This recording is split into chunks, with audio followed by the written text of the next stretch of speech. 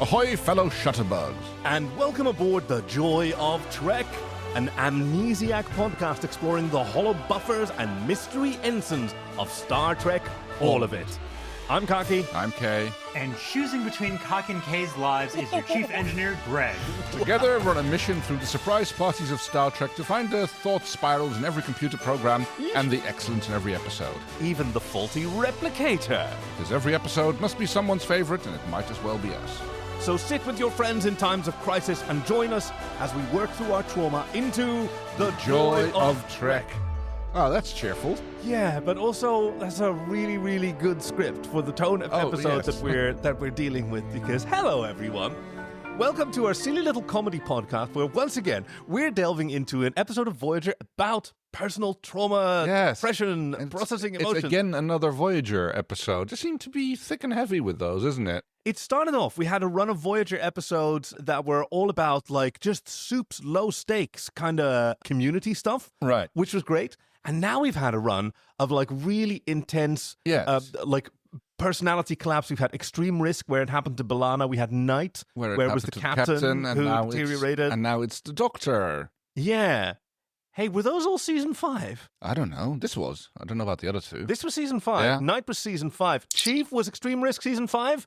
Yes, it was. So Night was 501, Extreme Risk was 503. It's a tough old season, season 5, isn't it? It's not even the season of death, or what was it, the season of terror, whatever they call it? Oh, the Year of Hell. Year of Hell, that's the one, yes. That's season 4, wasn't it? Yeah, season 3, I think, because Kes was still there. Right. That was brilliant with foreshadowing and whatever. But what are we doing this week? Today's episode is Voyager Latent Image. Yeah. Season 5, episode 11. First aired on January 20th, 1999. Story by Eileen Connors, Brannon, Braga, and Joe Menosky, who wrote the teleplay, and directed by Mike Vejar. Yeah, I read about Joe Menosky.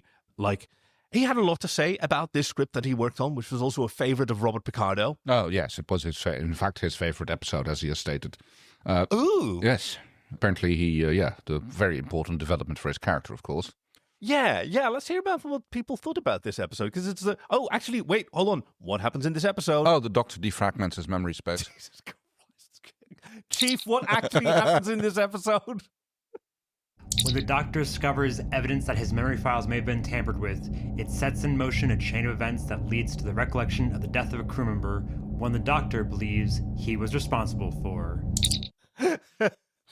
And what did people think about it in the internet? As said, Robert Picardo was his favorite episode. Den of Geek in 2012 regards it as one of top 10 Voyager episodes. And Sci-Fi in 2020 ranked it 5th best out of Voyager, commenting it as a powerful drama that mixed a whodunit with medical storyline. Yeah. Reddit mostly went into whether or not Janeway was acting in character or not, and whether or not they were having her do things out of character to further the plot. Wait, what? Oh, I assume they were referring to the original decision to wipe the Doctor's programming rather than to go ahead and do what they did in this episode rather than... Oh, Shade of Tuvix then. Oh, is that the... what? Maybe we'll deal with that when we get there. Let's discuss the actual decision as part of the episode. Right. Thank you very much. There is one more person who had an opinion that matters to this episode, and that is... namely, the person who recommended it to us. Latent Image was recommended by Tana, and they say, I always love when Trek does a moral dilemma episode. Sometimes they pull it off, sometimes not so great. This one is probably a mix of both, to be honest. The Doctor is sentient and sapient, an important distinction. You know what the distinction is? Oh, well, let's see. Sentient and sapient. Sapient is intelligent and sentient is sentient is self-aware? So sentient is like aware. Yeah. And sapient is contemplative or thinking. Right. Right. So rather than distinguishing, like, are you aware of yourself and the universe? Like, do you have sensory input of the universe and do you respond to that, which a lot of things do? Right. But also, do you have the ability to contemplate it? So it's kind of like, that joke about the horse walking into the bar. the horse walking into the bar? Who? Actually, I'm probably going to f this up, but yes. Basically, the horse says something about, I can't remember what it is, but the punchline is that start telling that, Oh my God. it's not starting with the horse, but instead going about I think, therefore I am, would be putting discards before the horse. Which you have now, in fact, done, because the joke has not yet been I know, delivered. right? Chief, would you like to now deliver the joke? A horse walks into a bar and orders a beer. As the bartender serves him, he looks at the horse and says, "Hey, why the long face, pal? Are you depressed?" The horse ponders for a second, scratches his chin, and says, "I don't think I am," and promptly disappears. See, this is a joke about René Descartes' famous statement, "I think, therefore I am." I could have mentioned that at the start of this joke, but that would be putting Descartes in front of the horse. Which is, I think, actually probably the best way to deliver this joke, right? because it undermines even itself. Exactly. But sorry, we interrupted Tana, who continues. The Doctor is sentient and sapient, but he's still a program in many ways, and sometimes a program, when pushed so far beyond its limits, breaks. But is he alive and free-willed enough to push beyond that? Yeah. Oh, that's great. That's an interesting question, yes. Yeah, basically, originally they apparently concluded that it wasn't going to happen, and they decided the only way to fix it would be to excise the memory rather than just nudge his programming. But I guess that's less ethical.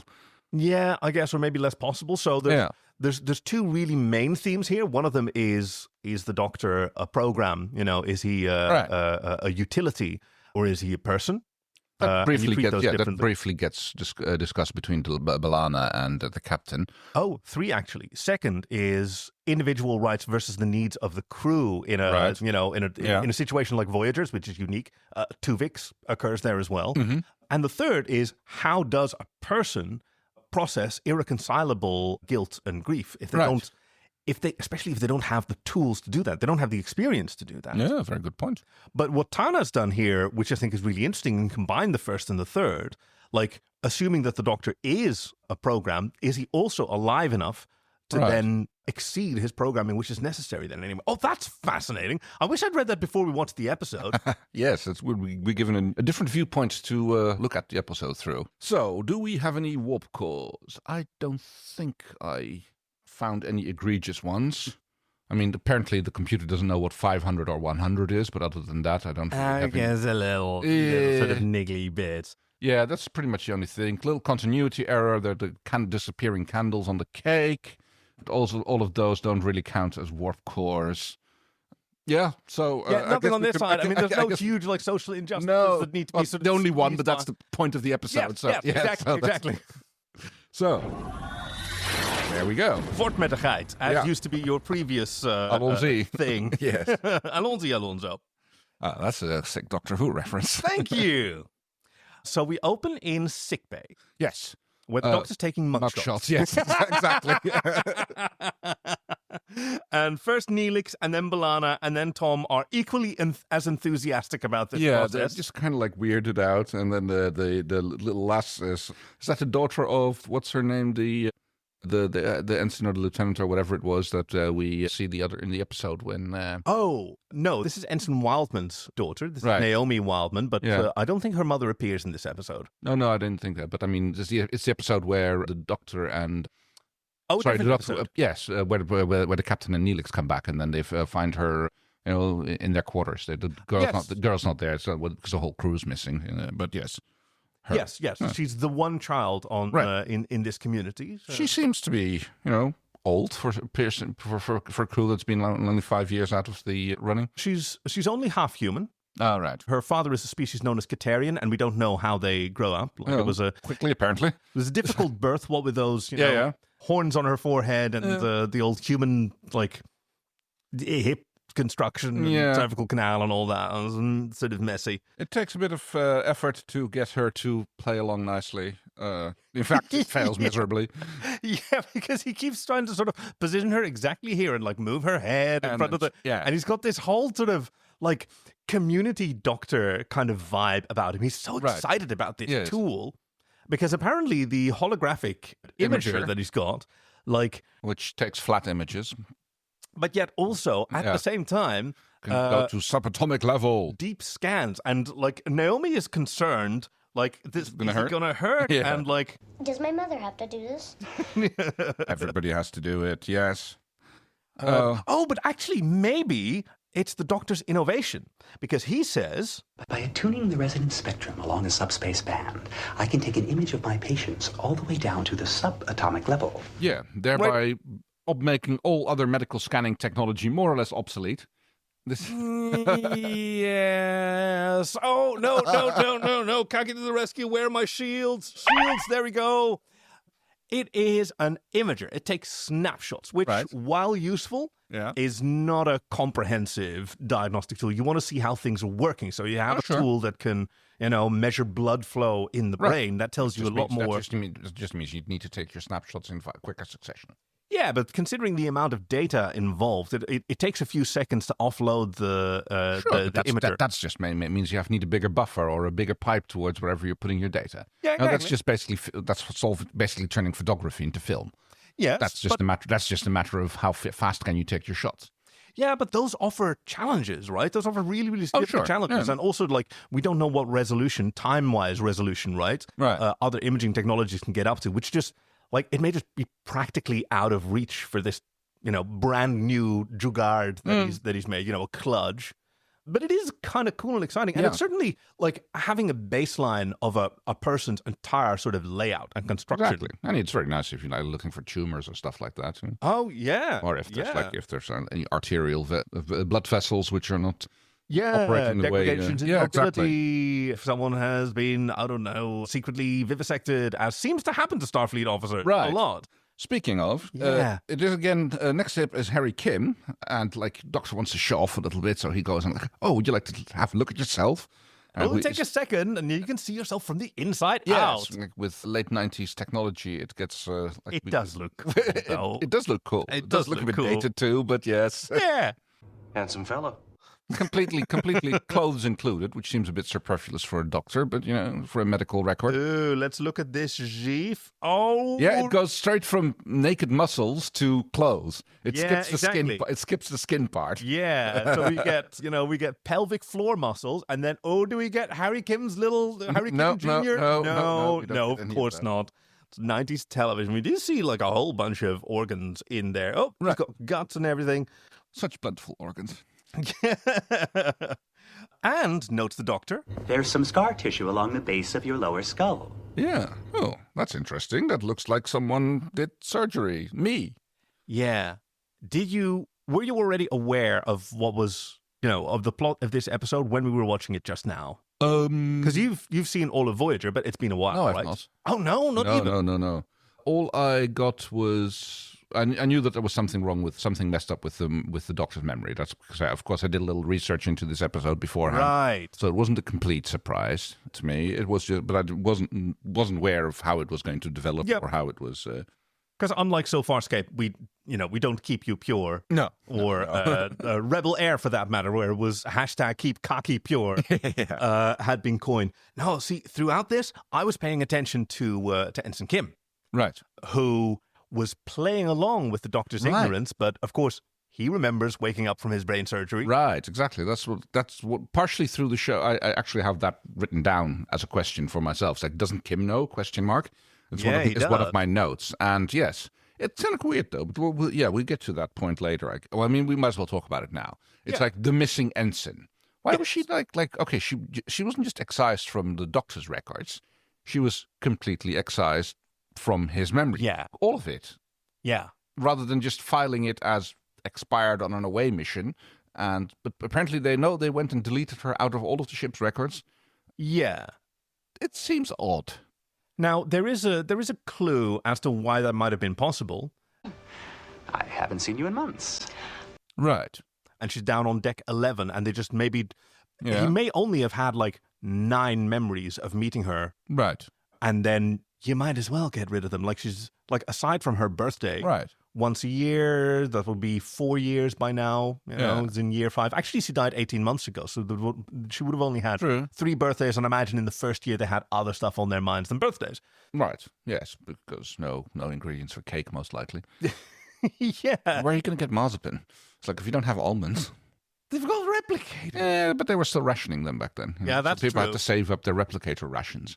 Okay, maybe what you do first is you replicate some Chipotle burritos Cocky what? and then have everyone contribute their carbon. Don't think about it too hard. Oh. I regret saying it. I regret saying it. Anyway, so Kim is totally lying when he says, Yes. I don't remember having an operation. and he's bad at it. Like you can hear him. Actually, it's kind of bad. Because the doctor is confused as well because... Because I don't remember performing it. Yes. Ooh. The Da, da, da, da, da, da, da, da, da, da, da, da, da. yeah. I'm sorry to hit the brakes on this. I recently heard a Tarantella version of I Am a Little Bit. Okay. Because I try to only do it when there's something joyous to be added, and I don't always get it right. But in this time, it's something joyous. I recently heard a Tarantella version of the Voyager theme. I mean, I know that Tarantella is a dance, but that's... Yes, and it plays with mandolin music. Okay. And it sounds a little bit something, Chief, like it is.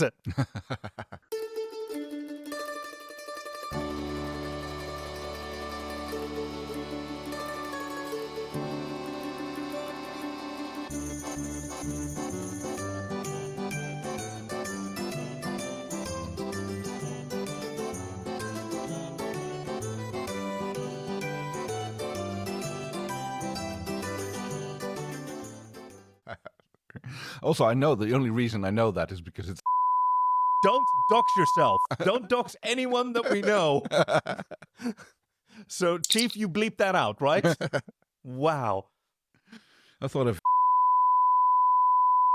that it Bleep was... that also out, please. He's not very good at it. He keeps doxing himself. He's doing the opposite of what was done to the doctor. Or no, wait, now we've got a conspiracy to... Oh, no. No, Yeah. no. So, we're in the captain's office. Yes, and the captain is already like she's preemptively sultry or difficult about it.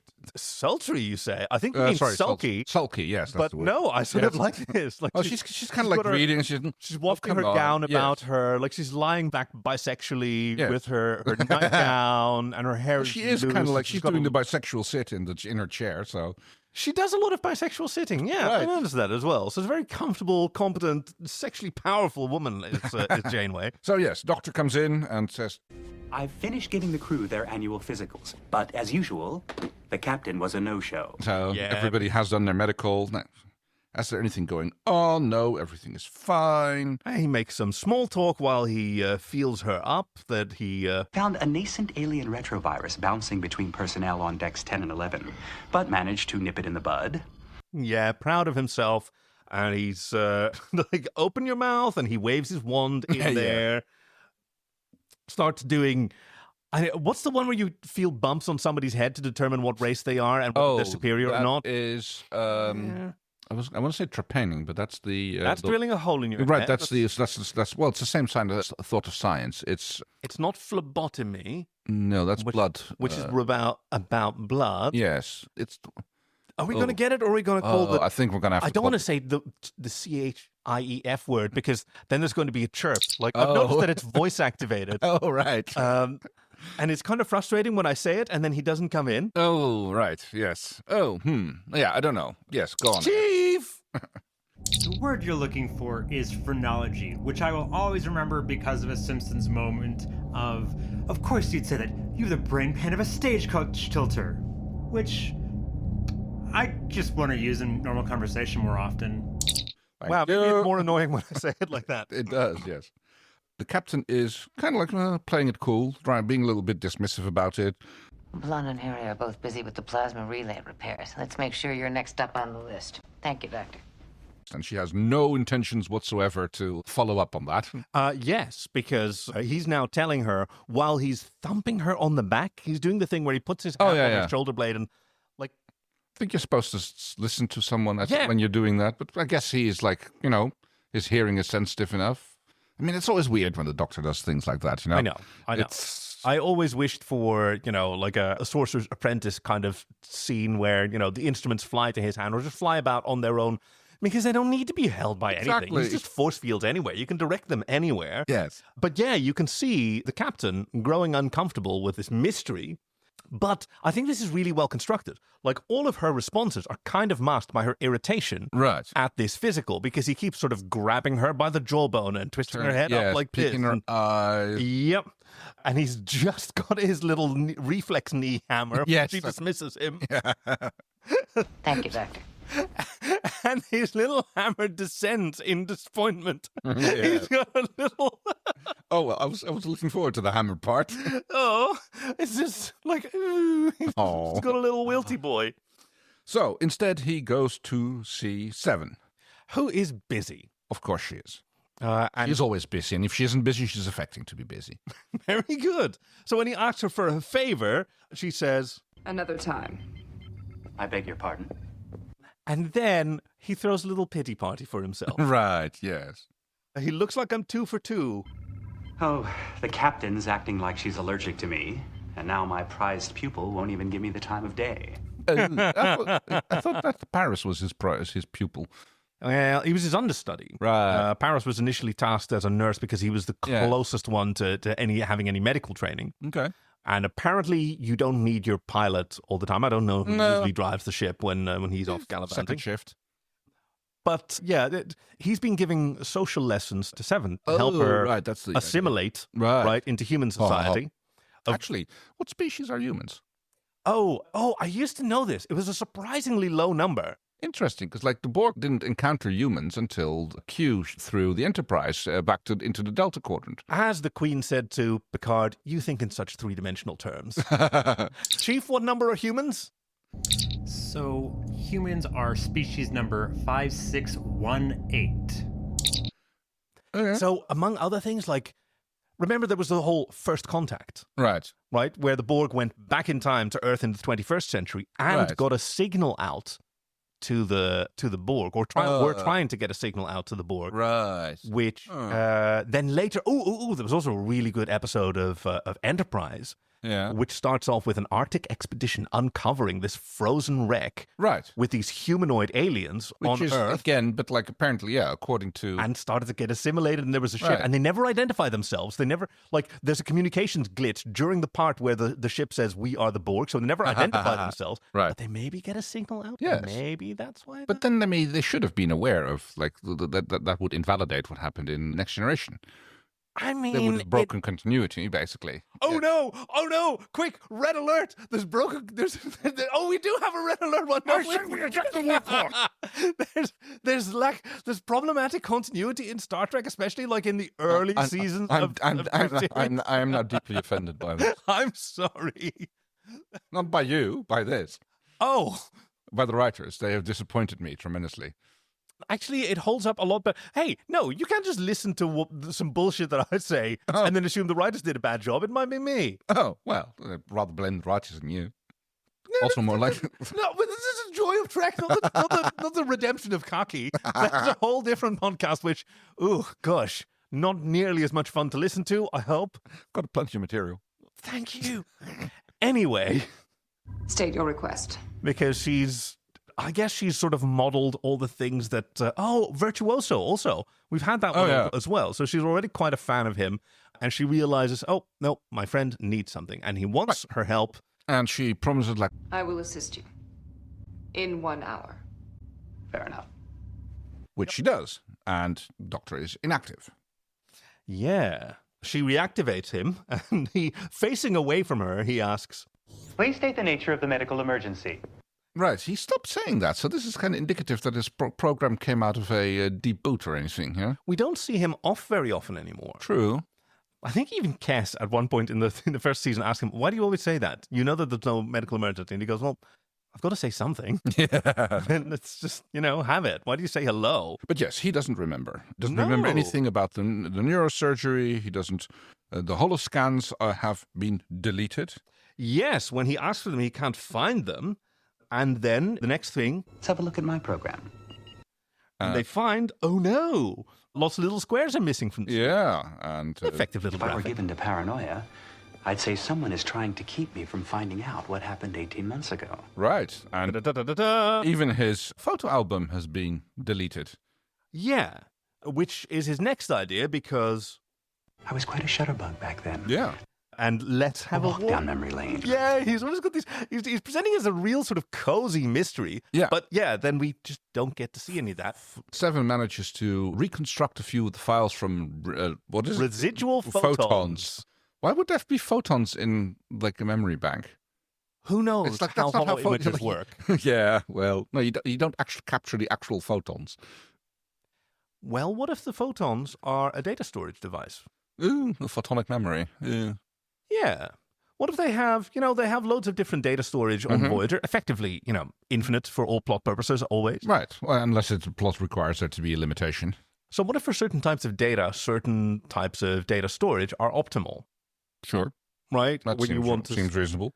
Because we know for a fact that there's no infinite amount of data storage available for holodeck programs, especially not when there's been an ionic storm. Yeah, unless there is. Yeah. And, the Doctor is completely irreplaceable, but also an entire backup fits on an SD card, depending on whatever. Yep. Are we going to throw up the red alert for another discontinuity? Well, no, let's not. It would be very noisy if we do that all the time, because who cares? Continuity, as a friend of the show Toledo says, is a wonderful tool for storytelling, but should not get it's not a purpose by itself, right? It's not a sine qua non. So we see a few little flashbacks from the shots that flashbacks. See what I did there? Hey. So maybe that's why they've degraded. Maybe that's why they're in 2D. Right, because I got the impression that he was just like, yeah, I mean, it's a hollow emitter, but I don't think he was like, it might have been 3D, but... I mean, the images that are being projected in the holodeck where they are now appear 2D and appear quite degraded. And right, yes. Fuzziness around the edges. I wonder if this is what it looks like to view those spatial photos for the new Apple Vision Pro that, iPhones can take them. I know. Like, that particular device is not sold here in the Netherlands yet, but even if it was, it wouldn't work for me because I don't have depth perception. Yes. But other people have described that seeing these photos in stereoscopically, especially with such a device that's so immersive, right, is very different from seeing photos, because the theory is that's how your memory works. Like, you encode them, I see. right, as these full experiences. And so they get triggered differently. Alas, something I never get to experience. But yes, Seven manages to get a little bit of the memory back, and he starts getting flashbacks again. Little snippets of memory, conveniently out of order for plot purposes. Yes, because we've moved on, where now she's restoring his memory. This is a really cool scene, by the way. Oh, yes. Where we have the camera following her really, really closely. We don't usually get these close-up shots, certainly not in motion as they're walking around. So yeah, how would you describe it? Like, she's doing data recovery on his brain, right? That's exactly what she's doing, yes. She's managing to, like, take the deleted files and basically, assume, like, if you want to make a hard disk analogy, it's like the the pointers have been deleted. Right. But the data is still there. And it partially had been overwritten, because those when you remove the pointer, then those sectors become free. So some of them will be overwritten by new data. But, like, there's still... If the majority of them hasn't been accessed, then there's still plenty. There's still plenty of data there to be able to reconstruct things from. Because in traditional data storage, like, the actual locations on the data storage, medium where a file is stored, they're not necessarily stored in one continuous chunk. They can be in multiple chunks, depending on where they're spaced, depending on what. I mean, back in the 90s, like, defragging your hard drive was still a TV show. Dun, dun, dun. That was still a thing, you had to be, because over time data gets more and more fragmented, and then after once in a while you have to defrag the thing and get everything aligned more practically. Because it's faster to retrieve files when they're in a single spot. Yeah. But so you have an index that keeps track of where all the bits of data for a file are. Yeah. And if you delete that index, then you have no idea what goes with what. Exactly. So here we see the cake with candles, and later on we see the cake candleless, but that's fine. Yeah. Maybe it's been blown out and removed for slicing? Well, I don't think so, because it's like it later on, it's when they wander in. I mean, it looks like Tuvok comes presenting the cake, and it doesn't have any candles there, none at all, not even unlit ones. Okay. And then suddenly then later the candles get added, I guess, and lit, and then the outblowing occurs. Oh, interesting. But yes, the more important part of this is that there are shots of a mysterious ensign, Kim, and the Doctor in a shuttle. which is briefly being boarded by an alien who shoots all three of them with a triple-barreled gun. Yeah. And then we see a very, very serious doctor staring out at the view screen of Voyager where something is being jettisoned into the sun. So all of these memories are coming back to him, but he can't place them. Yes. He goes to take them to the captain. There's a lot of cheese, I've noticed. Cheese. Yes. Say cheese. Sorry. The captain is still playing dumb, along with Tuvok. Oh, yes. Because... An intruder may be on board. And, of course... Run a deck-by-deck security sweep. Understood. And they're still playing like, oh, there might be something serious. Well, whereas both the captain and Tuvok know exactly what's going on. Seven doesn't, because she wasn't aboard yet when this incident occurred. That quote that you just had was really, really good, because she says, run a deck-by-deck security sweep, and Tuvok says... Understood. As in... I know that you don't mean that, and I'm not going to do that. Don't worry. Yes, exactly. But yes, exactly. Like, Seven is on the doctor's side because she wasn't aware of any of this. She's not in on this. And the captain goes like, well, doctor, for your own safety, you should go return to the sick bay and turn yourself off. Because it's probably better in case like someone is meddling with you, and we wouldn't want that. Uh-huh. Thank you for bringing this to my attention. The doctor, however, is suspicious. Yeah, and he's got a plan. Yes, because he says like... If my program is altered without my authorization, reactivate me and restore the duplicate memory files. Yeah. And then secondly, he sets up his camera.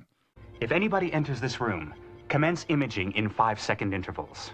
Acknowledged. Because apparently, yes, this thing can't just like take film. GoPro? GoPro, Holo. There's something with Holo. I can't just say Holo Pro because then no one will get it. I guess not. No. Go Holo. Holo Go. Go Holo sounds like a sex thing. Wow. Anyway, he sets that up and then he deactivates himself, vanishing into thin air. And we see the holo imager blinking as we crossfade and time passes. We see a shot of the console, in which we can see a reflection of the door opening, but we don't see who comes in. Nah, it must be someone who's quite short.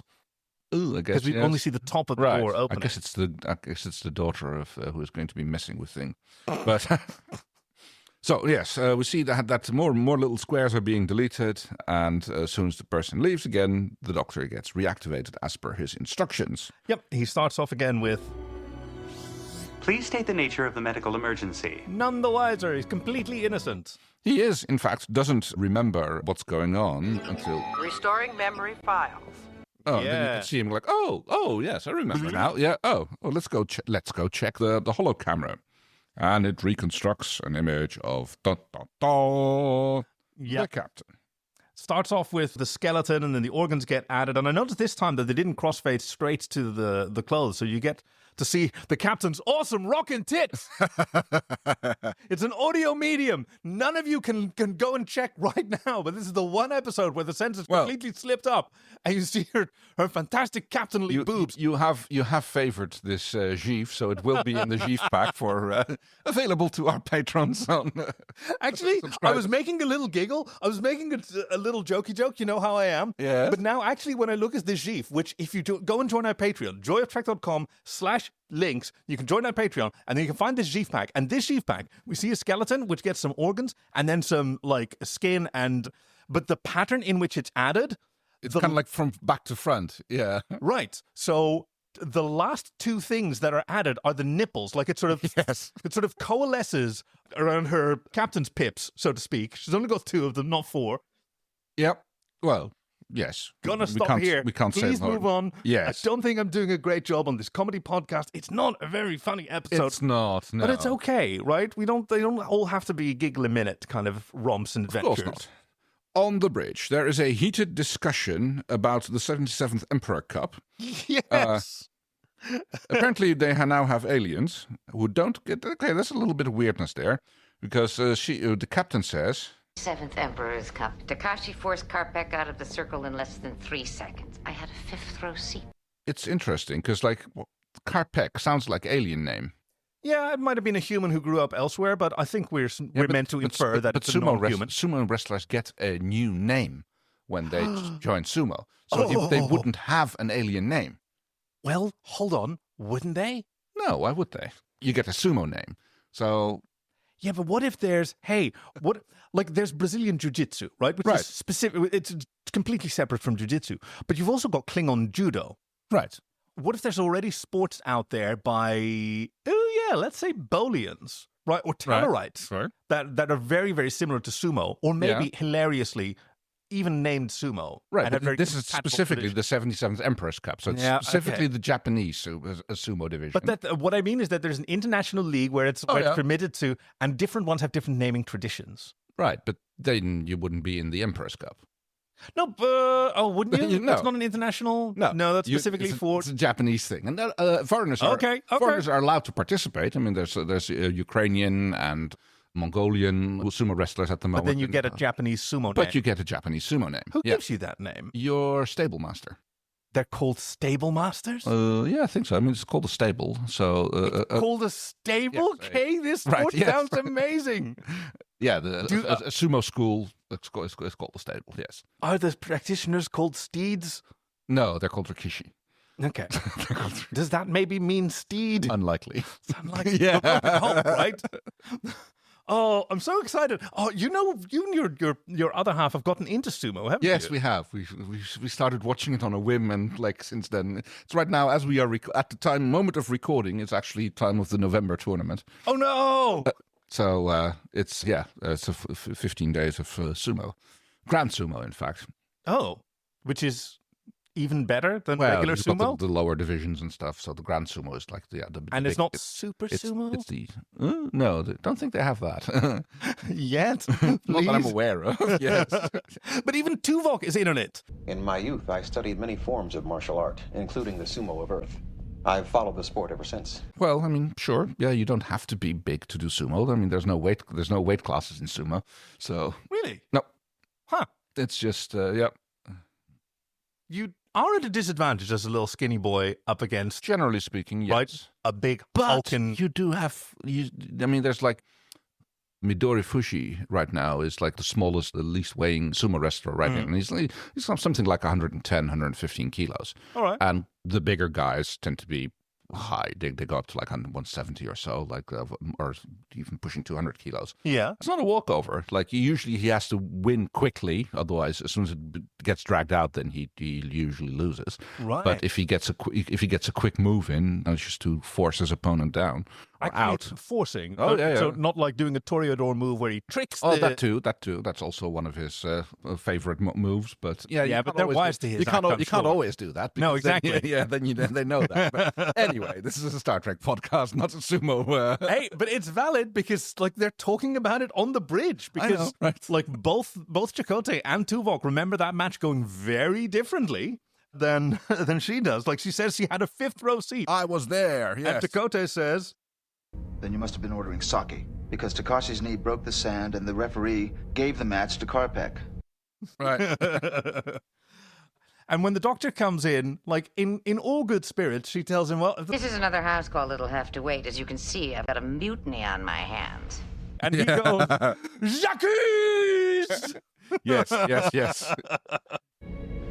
Describe how you tampered with my program. How it was you all along. Jacques!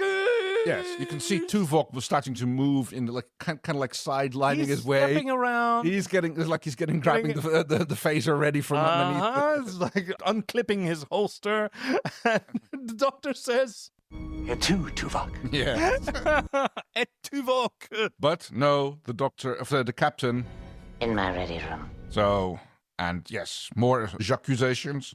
Brilliant. Absolutely brilliant. Because they get a face down where the doctor actually this is exactly the same that she did in Virtuoso, right?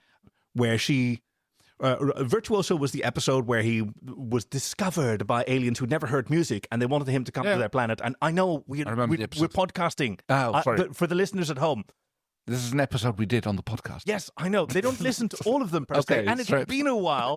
It's the one where he sings opera. Yes. And look, okay, can we talk over here for a second? Okay, I do need to do these sometimes to keep people up to. Yeah. And if you could just be a Tuvok to me, right, and then go, really? Mm-hmm. Okay, well, get on with it then. It's done now. Oh. It's done now. Okay, let's go back to the episode. They didn't hear this, did they? No, I'm sure it's fine. No. So, yes. But yes, they also had this conversation where the captain had to make a decision on behalf of her crew, which she says, we need a doctor, and our doctor is it's an appliance. Our doctor was breaking, yes. Yeah, we can't have our doctor gone. We can't have the doctor breaking down any more than we can have our transporter. We need you. And the doctor is hugely, devastated, offended, upset by this. Oh, yes. Because he, as a person who fixes people, he's not pleased about being called damaged. No. How would you like it if I operated on you without your consent? Or without your knowledge? If the operation saved my life, I could live with it. Yeah. Yeah. And he correctly points out that's not true. Yeah. You couldn't let it go. Probably not, no. Right. You'd feel as violated as I do right now, is what she says. And she says, A year and a half ago, the only solution was to rewrite your program. I have to perform that same procedure now. That isn't fair. You're malfunctioning, and you need to be repaired. Return to sickbay and wait for my orders. Yeah. They arrive in sickbay with a little squad. Yeah, including 7. Yeah. Which, it's interesting that we never really get this sort of resolved between them two. It must be a huge betrayal. Yeah. For her to have decided to turn against this version of him. Because when you erase someone's memories, right, however good, well-intentioned it is. Yeah. A person is the product of their experiences. Yeah, and you're deciding to... Yeah, change that. Yeah. And end this version for the benefit of another version. Yeah. I brought up Tuvix earlier. Right. Yes.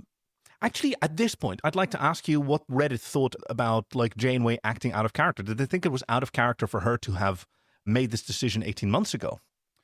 Oh, there was some difference of opinion on that. Okay. Most people agreed, okay, yeah, we kind of had to do this. Yes, it was out of character. She wouldn't have done it. That's what it basically the consensus was. See, because she was already working on giving the doctor his autonomy, and basically everything they always do about the doctor is to make him more human. Oh, totally. And then they suddenly go back and make a decision like this. But it was 18 months ago, so that would have been the middle of season 3. It would have been before Virtuoso. Remember, in Virtuoso, she was willing to deny him his autonomy and forbid him from leaving the ship and essentially enslaving him. It was also quite close to season 2 was Tuvix, where Neelix and Tuvok, due to a transporter malfunction, are fused into one being called Tuvix, who very much wants to live, but she makes the decision to split them. Yeah. Well, to kill Tuvix and to reconstruct Neelix and Tuvok. Hugely controversial, which there's been a lot of sensible debate and unfortunately a whole lot of extremely bad faith debate about that, with people masking their sexism behind, objectivity. Right, yes. Which was also, it came up in Lower Decks in a very good episode, also called Tuvix, except 2WO, TWO, Vix, right? TW2, oh, right, yes. Yeah. Sorry, dyslexic here. Pardon me. I have to think about these things a little longer than, yeah.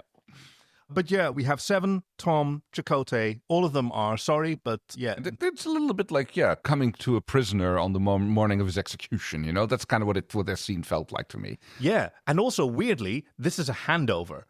Yes. Right? In the meantime, you're to brief Mr. Paris about any experiments you're performing, any tests. I'll be filling in while your program's offline. Because, apparently this procedure takes time. Yeah. So, that's kind of f***ed up, isn't it? Yeah. He gets asked by the doctors, are you agree with this? And yes, I do agree with that, which much to the doctor's surprise. Oh, Tom is asked. Yeah. Because he was there. Yeah. It's hugely, disappointing to the doctor, but he doesn't have, a retort to that. He does have respect for Tom. So apparently... Or maybe he just has, fatalistic resignation to his face. I suppose, yes.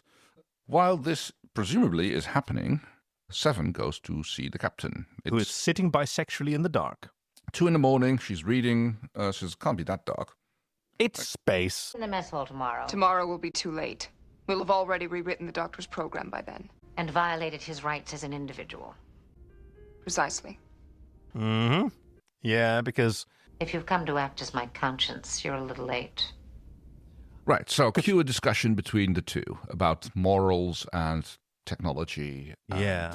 And despite the fact that it's 2 a.m., the captain orders coffee because she knows this is going to take a little while. Well, she also uses it to illustrate a point. Because the coffee isn't the way she likes it, despite her always telling the replicator how she wants it. It never gets it quite right, apparently. Yeah, it doesn't seem to want to listen. Almost as if it's got a mind of its own. But it doesn't. Oh, yeah, and throughout this whole scene, we get this lovely, recital, this lovely piano piece that she's been listening to. Kind of like elevator jazz. Yeah. Oh, I wonder if that's an actual classical piece. Chief? Okay, so there's nothing that I'm able to find about it on Memory Alpha. I can't find it in searching for the songs with Google or anything like that. I don't really think that this is a classical piece. If I had to guess, I believe this would be something where they find some copyright-free, just, hey, this is something that just some composer did somewhere, and we just have it. It's a cheap thing, so we can do. So if I had to guess, that's what it'd be it, because that's a very common thing in production. So I can't find anything more specific than that. Don't know. Can't wait to hear that. Can't wait to have heard that. But yeah, the captain explains her reasoning, right? He is device, which, now I'm following it. Now I'm following her being accused of acting out of character because she holds this whole diatribe here. Right. A replicator operates through a series of electronic pathways that allow it to receive instructions and take appropriate action. And there you go, a cup of coffee. A load of soup or whatever, and... The doctor is more like that replicator than he is like us. But... she had this exact same realization in Virtuoso, that he is sentient and sapient, as Tana points out, and deserves to make his own choices. And here we learn that his program almost self-destructed. And 7 takes this rather personal, because she goes well, I'm quite a bit like that replicator in certain ways. Would you do the same with me? You're a human being. He's a hologram. And you allowed that hologram to evolve as well, to exceed his original programming. And yet now you choose to abandon him. And that's where the captain stops. Yep. Says, objection noted, and good night. Yep, 7 wouldn't be 7 if she didn't want to get the last word in. Yeah, because she's been saving something that she probably wasn't sure whether she was going to say it or not. Because she says that as a Borg, part of her is not unlike that replicator. Right? Yeah. Which is something that Voyager crew, and in particular Janeway, don't really want to think about. No. And I think you're a human underneath. You're a human child. You're a human, and you got some Borg bits stuck onto. But yeah, they see the Borgness as, alien, I guess. Maybe a violation. Tainting her. Yeah. But 7. I mean, I guess there's an allegory for someone who was kidnapped or indoctrinated as a child and grew up in a different culture. Mm-hmm. Even if that's the case, that's still my culture, right? That's still a part of my identity. Yeah. And so she asks, will you one day choose to abandon me as well? Making it very personal, because that's the kind of relationship and responsibility that they have toward each other.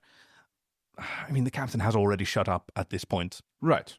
Although it seems that what 7 has said has gotten to her, because she does go and see the doctor. Go see the doctor. With a lime and a coconut. That's a different song, but yes. That's a really good one. And yes, she goes and confronts the doctor and talking to him about what happened and how we could fix this. Because she says... The truth is, my own biases about what you are had just as much to do with it.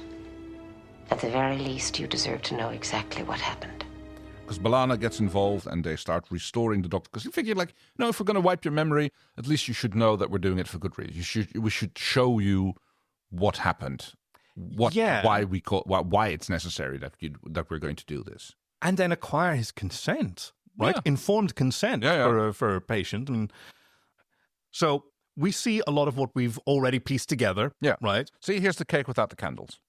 Okay, yeah, it starts off with Jatal being walked into a dark mess room. By Neelix. By Neelix, yes, you're completely right. This is actually nightmarish, now that I think about it. Because now that he's got his memories back, there are no candles on this cake. And then what even is real? Yes. How? Oh, whoa. Okay, there's another layer of the conspiracy that he never unlocked. Dun, dun, dun. Maybe this wasn't the first Ensign Jatal. Maybe this wasn't the first Voyager. Maybe they were just getting cloned over and over on the ship of hell. They're being tortured. Well, she does say... I'm gonna kill you. Right? That's some sort of demonic thing to say to I your want you to friends. go along on a few of the shuttle surveys, if I can talk you into it. To be honest, like, surprise parties and all that hat, it's...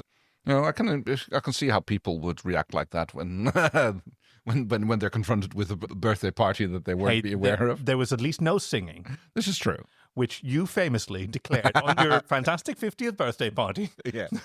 That if there was singing, what was your threat again? I was going to close the bar and the party would be over. That's right. And so was there singing? There wasn't. No, that's right. Very good. Because we're your friends and we love you and we know what we can push. And that wasn't one of them. No.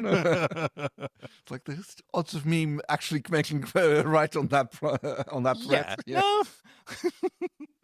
Anyway, we finally get to see the scene, how it more or less involved. We see the Doctor on the shuttlecraft taking a shot. We see the scenes where the images that have been recovered from the camera are now actually being taken. Oh, it's really cool seeing through the eyes of the holo imager. Yeah. Because the camera even pans up and into the Doctor's nostrils like he's holding it himself. But these are television cameras. They were pretty big back in the day. Yeah, so good point. these maneuvers were not easy to do. Yeah. As the Doctor is taking a selfie, he's using the timer, so it's not like a proper selfie. But the shuttle is suddenly attacked by these unnamed aliens. Yeah. Shields and weapons are offline. Pip, pip, pip, pip. The alien beams aboard, takes a pot shot at the trio of them. It injures the ensign and Kim, and it briefly destabilizes the Doctor, who then makes a dive for the controls and manages to beam the alien back towards its own ship and notify Voyager. Yes. Yeah. Because he was unscathed by this weapon. It passed right through him, fortunately.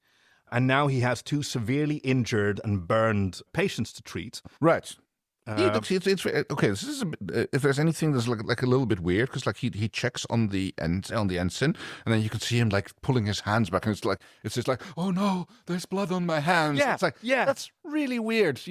That also struck me. I'm looking at these sheets right now. It's just absolutely bizarre. He's a doctor. He's programmed to be a doctor. It's like, Computer, engage auto navigation. Lay in a course for Voyager. Full impulse. The ship comes back for another round of shots at the shuttle, but is chased off by Voyager. Yeah, but in the meantime, both Ensign Jatal and Ensign Kim are deteriorating quickly. Yes. Because even though Kim is awake, he says, You should have beamed him into space. Yeah. I'm not in the business of killing people, Ensign. Ooh, that's an important line, isn't it? Ooh, I suppose so, yeah. And then you see synaptic shock. Oh, but you weren't hitting the noggin so badly. There's no reason. I can't explain this. No. Yeah, he's faced with a problem that he doesn't know how to solve, and a very rapid deterioration in Right. Well, he figures it out. Energy pulse that remains in the neural membranes, working its way up the spinal cord and into the brain. They'll be dead in minutes if we don't find a way to stop it. Yeah. And so he has to develop some sort of shunt to separate the spinal column from the brain. There's a way of that. It's called the guillotine. Wow. Wow. But there's no time to perform the procedure on both patients. No. So he has to choose. And he chooses Harry Kim. Yep. Quickly does the procedure, saves Kim. So he should have just put her in the transport buffer, Yeah, or a cryo. You've got all those don't exist in the story in this time, right? Those, I recall in one of the sort of 1980s seasons of Doctor Who, right, when it had been the British science fiction show that was then in its 18th year or whatever, that they had to separate the Doctor from his famous sonic screwdriver because by then it had been used to solve so many problems that they couldn't reasonably, just couldn't construct anything that he could, right, that not screw his way out of. Wow. Yeah. Oh, listeners at home, because this is an audio medium, you're denied his ain't I a little stinker face that he just did. He's like, oh, okay, that was so cute. But yes. The patient that he selected for this procedure survives, and as they're seeing the results, unfortunately, they hear the notification of Ensign Total's death. Yes. And the flashback, Doctor asks if there's anything going on, but no, there is only one casualty, Ensign Total. Yeah, and then he asks in the present, I don't mean to seem unfeeling, but I'm programmed to accept the loss of a patient with professional detachment. Right, so he doesn't understand. Like, okay, that's fine. I've lost people before. Why would this affect me? And Kim 3 times, it's... Yeah. Kim 3 times. I selected him because I didn't select him the previous 2 times, and I euthanized him once. Shh, don't tell him. But yes, another flashback. The funeral. We see the photon torpedo casing is being used as a coffin to shoot the ensign into the sun. At least that's the implication. Yeah. It's an interesting ceremony, this. It starts with the same words as I believe Kirk says when burying Spock. We are assembled here today to pay final respects to our honored dead. Sounds like maybe a fairly common thing to say, military thing. Well, that might be true. In the US, I don't know. It didn't jump out at me at being particularly notable. Yeah. It held on the bridge rather than in the launch tube or whatever, Right. because that set hadn't been built. Fair enough. Yeah. I mean, it's kind of a bottle show, this, really, aside from Total and like good one point. alien. Yes, good point. Everything's on Voyager and the shuttle, which they already had standing sets, but now we get really like one of the best scenes in Voyager. Yes, because the Doctor is talking to Neelix, and you can see him slowly going mad, I guess? Manic, I would Manic, say. yeah, right? that's He another way to starts put it, cheerful, yeah. and the cheer turns to mania, which turns to rage. Yeah. Basically, he is lamenting the choice he was forced to make. Yes, and he goes... Decisions. And he picks up 2 of these...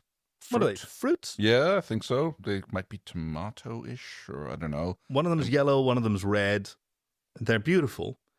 And he claims that for him, it's really rather simple. Yeah. When I'm faced with a decision, my program calculates the variables, and I take action. And he gives the example. 2 patients, for example, both injured. For example, both in imminent danger of dying. And in a terrifying and heartbreaking scene, like he repeats this over and over. He like throws these fruits at people. Neelix calls for help. Yep. Neelix to security. Send a team to the mess hall, please. A whole team, Mr. Neelix. Throwing a little party, are we? Because this manic explosion of guilt that he's feeling and unresolved self-recrimination or an inability to understand his own actions. Here's something where I think Tana's perspective really shines. This is his program breaking down. It's not just a personal crisis that he's experiencing. Well, I mean, is there a difference in his case? I think so, because he was never designed to have a functioning personality. True. Right? He was never designed to be able to experience or process trauma. He was never supposed to be on for more than like an hour. No, very true.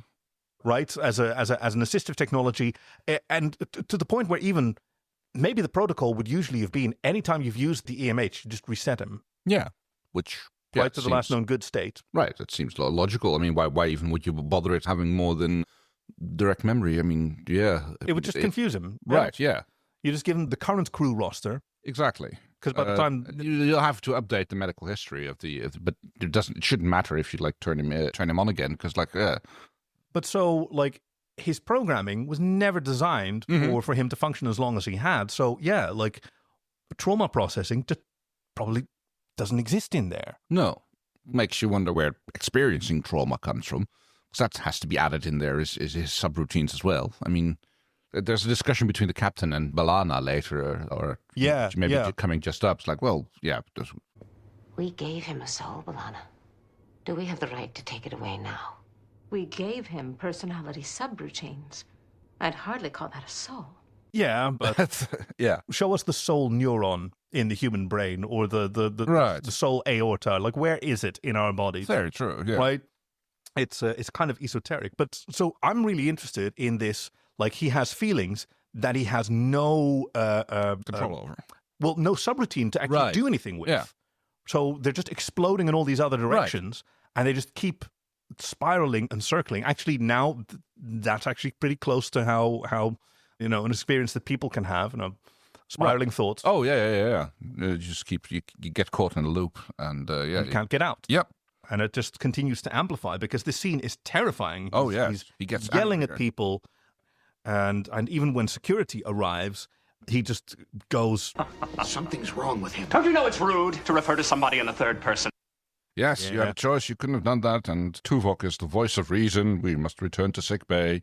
And what if I decide not to return to sickbay? And it comes to like his questioning, why did she have to die? Why did I kill her? Why did I decide to kill her? Why? Somebody tell me why! It was downhill from there. At which point Tuvok turns off his emitter. And for the captain to say it was downhill from there. Yes, it didn't go well. Yeah. You can only imagine like the madness, literally, that the Doctor was trapped in. And the interesting thing is, like in the scene after she says that, you can see it already starts to happen again. Because she explains it. You were having the same thoughts over and over again. We couldn't stop it. Yeah. And it's like our only option was to erase it. And he goes, I didn't deserve to keep those memories. Yeah. And 2 patients. Which do I kill? Doctor. Hardly. Yeah, it's immediately happening again. They immediately notice that it's going to start happening. And like at this point, he even pleads with B'Elanna, reprogram me, I'll help you. Let's listen to this whole bit. Let's see if this plays through. 2 patients, equal chances of survival. And I chose the one I was closer to. I chose my friend. That's not in my programming. That's not what I was designed to do. Go ahead, reprogram me. I'll lend you a hand. Let's start with this very day, this hour, this second. Computer, deactivate the EMH. Yep. Yeah. And you can see her and B'Elanna. Here we go again. Yeah. Like, this is just what happened last time. Yeah. This bummed me out the last time that we did it, and it's a real bummer for me now, because I wanted to do some other stuff, because B'Elanna is probably, of all the people on Voyager, she's the least convinced by his personhood. That's a good point, yes. But I think at the same time, it bothers her the least. Yes. I guess she's a bit Pulaski towards Data. Oh, interesting. Yeah. Well, I mean, Pulaski does come around, of course. Oh, of course, yes. Yeah. But, like, I don't think B'Elanna needs to believe that you're a person with rights in order to get on with you day to day. True, yeah. Yeah. Now it's Janeway that goes to see Seven. Yes. At 2 a.m. Because and Seven's like, so it's cool when you do it, but not when I... Well, as she repeats... There's a time and a place for it. This is one of them. Yeah. Okay, so you get to decide that? It's like when I do it, it's when... Hey, when she did it, like, when Seven did it, like, the captain went and got a cup of coffee. Okay, fine, then we're doing it. All right, yes, true, fair enough. And it's not like the captain was sleeping, that's true. But yeah, so their discussion about like, okay, so is it like should we or shouldn't we? It was like, is it cool? There's a really interesting angle that she's taking. Yeah. Because the captain says, after I freed you from the collective, you were transformed. It's been a difficult process. Was it worth it? And Seven responds, I had no choice. No, that's not what I asked you, says the captain. If I could change what happened, erase what you did to me, would I? No. Yeah. And that's the answer that she was looking for, because if you remove the arguments that they used previously, right? The Doctor is a device, or he's even as a crew member, he's not functioning. Then what's left over is someone that's a member of our community was in irreconcilable suffering. Yep. He was suffering from this nightmare of self-recrimination day in and out. Yeah. So do we provide him relief from suffering, even though he can't consent to it because it's gone. Yeah. But we do that by removing one of his experiences. And so this answer that Seven gives, the suffering was very significant. Yeah. But it's mine. Worth it. Yeah, exactly. Yeah, and I wouldn't want to change it. And it's fine. When this happens to humans, we give them drugs, and that's okay. Well, I mean, we live in the Netherlands, which is an advanced nation. We like to think that we have some advanced medical practices, including in the choices mental health care, but also like life ending. Oh yes, right. In the case of unrecoverable suffering, when a patient has nothing to look forward to except pain and indignity. Yeah, that our medical establishment, with great care, provides a path where death is the only relief from suffering, and also to a certain degree, also for psychological suffering. Yes. It's much harder, but it is occasionally granted. It barely ever happens because it's a very rare circumstance. Yeah. But we have a medical practice that does provide this opportunity. And so isn't this also kind of what they're talking about?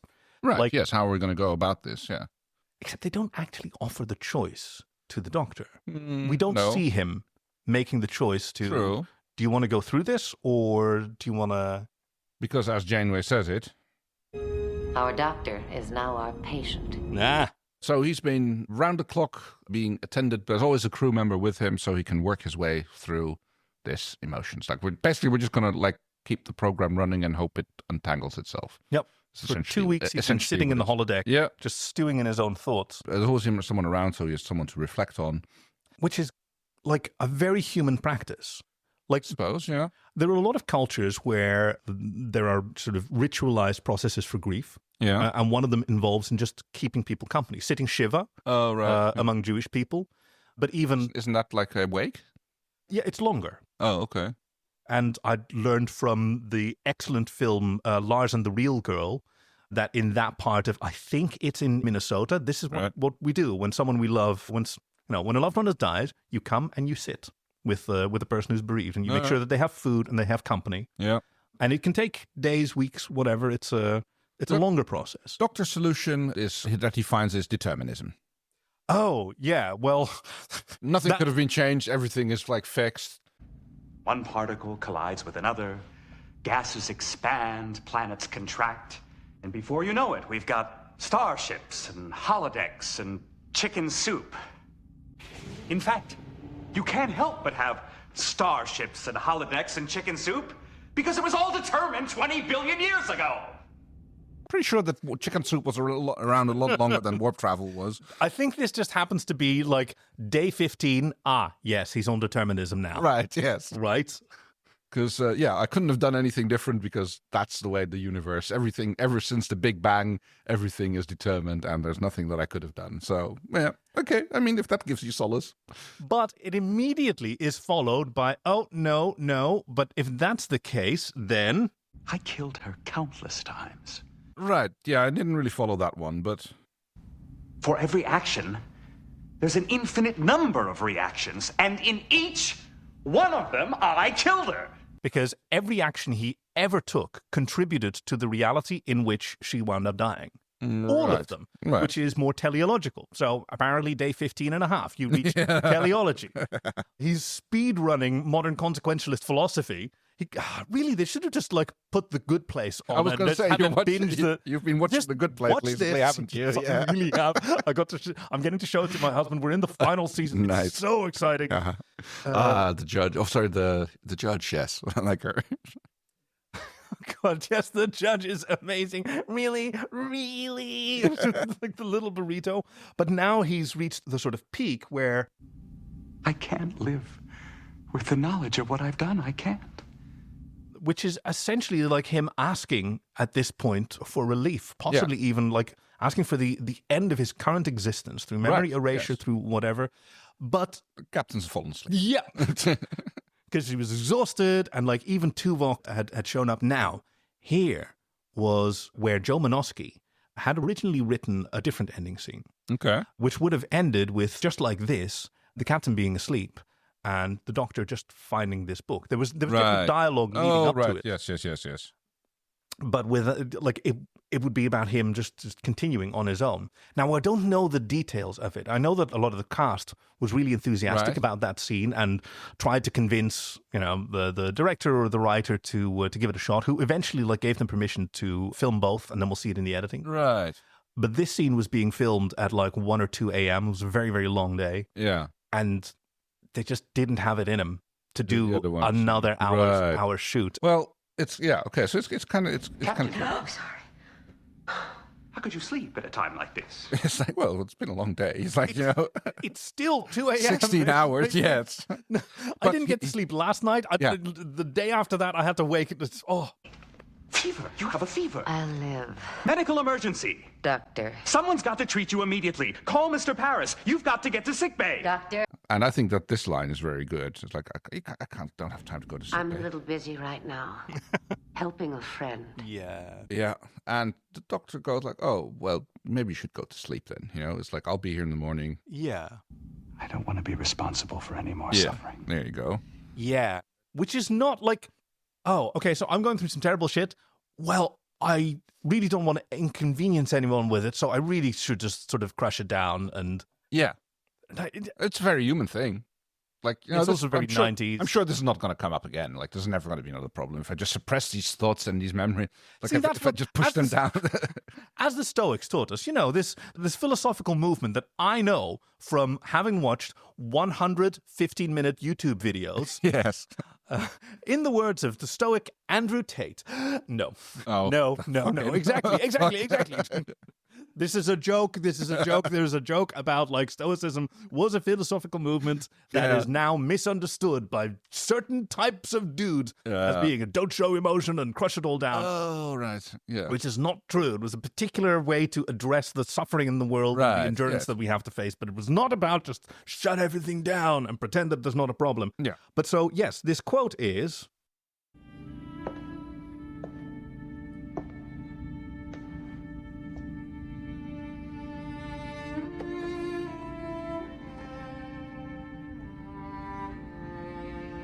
In that book, which is my memory, on the first page of the chapter that is the day when I first met you, appear the words, "Here begins a new life." He takes that to heart. I guess like he can turn that page himself, I guess, and start his new life and with what he's done. So he kind of gets, well, I won't say he gets over it, but he manages to give it a place. And because that's the thing with grief. As linear beings, we have a time before loss and a time after loss, and in between there is a period of grief, which is a bit of a spectrum, right? Because sometimes we anticipate the grief when you can pre-grief or. I mean, we know that all humans are mortal. So when we love one another, we know that there's unending to that, and that's sad. And there's always like sadness there. And when it's over, there's also sadness. But like that grief, that impossibility, with all its various stages, that's supposed to be finite. It doesn't end. No, but it's it has a bell curve. It has a normal distribution. Yes, that's one way to put it. Yes, and so there's a time after, and I think that's what he's reflecting on here. Yes. And that's, in fact, the end of the episode. The doctor sits himself down and, like, starts reading the rest of the book, I guess. Yeah. Comedy podcast, comedy podcast. Comedy podcast. Thank you, Tana, for this recommendation. Because, I made a little joke about, it not being conducive to our silly hijinks. Right. And yes, because this is a really serious episode. And it's great. It really is great that these stories get told in Star Trek as well. And continue to be. There was season 4 of Star Trek Discovery was very much about like dealing with shared trauma and how that affects a community. Very timely, having, coming out at the tail end of the coronavirus pandemic. Right, when mental health was a much bigger topic than it had been in the decade previous. Yeah. Especially the Doctor and Nurse Chapel, I believe. Their shared military trauma as well, no? Discovery, not a Strange New World. Same continuity. Yeah, but 1,000 years later, in fact, because, season... Oh, yeah, you don't know much about the latter seasons of Discovery, do you? No, nothing. Almost nothing, no. You have some stuff. Guys, send in recommendations for Discovery. We did one fairly recently. Let's deflower the boy.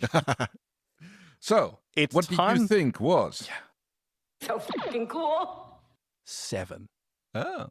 I think this is a really, really good 7 episode where she gets to reflect the lessons that she's been learning and also like the lessons that she's taught herself. Because while she's had mentors in the guise of the Doctor who literally teaches her lessons, but also her relationship with Captain Janeway, she also has a unique experience that's different from most of the other human crew. Right. and therefore allows her to empathize with the Doctor and see perspectives that they themselves that's don't. That's the thing. Like, she is a neutral party. I mean, she wasn't around when the original events occurred. Yeah. So she gets to be the impartial observer, I suppose, is one way to call it. But she has her own unique cultural viewpoint. Oh, yeah, totally. Because if he was a drone, if this was a Borg vessel and, the drone's malfunctioning, we'll just snap it. We'll just recycle him. Right? It wouldn't even be a question. Of course, that's what you do. Yeah. But also, Borg are effectively immortal because, whatever their individuality is just dispersed and stored, and they don't care about that so much. Yep. So for her to come to this conclusion and with so much conviction that it convinces Janeway, which is not an easy feat. Yeah, very true. Yeah, mine is 7. How about yours? Well, I mean, it's very tempting to go for Robert Picarto's acting. Yeah. He carries this episode so well. So, I mean, yes, I mean, I was going to go for that because it would be a discredit to him to not do it. Oh, yeah, I think that's totally fair. I mean, choose the alien intruder's gun over his acting. It's like... That would be doing him a disservice. So your alternative was either this masterclass in character acting by a storied actor, or this neat gun, a cool triple barrel gun, alien gun. And how long were you debating that? And do you maybe regret your decision now because it is a really neat gun? No, not at all. Why does it have 3 barrels? Do they go into every... I mean, traditionally that would be like, what they call a duck foot pistol. Yeah, exactly. They come in 5s as well, I've seen. Well, yeah. They come in up to 7 or maybe even more. It's riot control, right? Yeah, it's basically you point it at a mutinous crew and you go like, well, I may not be able to stop you guys from rushing to it, but 5 or 6 or 7 of you are going to have a really bad day about it. Yep. And we don't know which one. It's like, 10 of you are going to kill me, and 5 of you are going to have bad sepsis. Yeah. Because it's a messy gun and I do not clean it. Exactly. So, yeah, that's one. Okay, yes. So I'm Robert Picarto. Yeah, Picarto. Very good, very good. I'm almost scared about what's coming next. Is it? It is, of course. Captain's log, supplemental. Yeah. Deleted scenes. Oh, I've been trying to think of that, but it's always hard to come up with one for scenes like this. I've got one. Okay, go on then.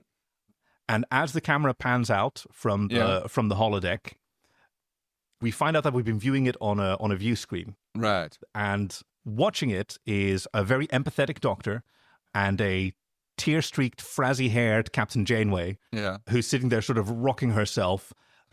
And the Doctor is explaining, and do you see how tired you were there? Yeah, it was all downhill from there. And so that's why. Yeah. Wow. Mine is going to be a Tuvok frantically rummaging through the drawers in the mess hall. Candles! We forgot the candles! Where are the candles?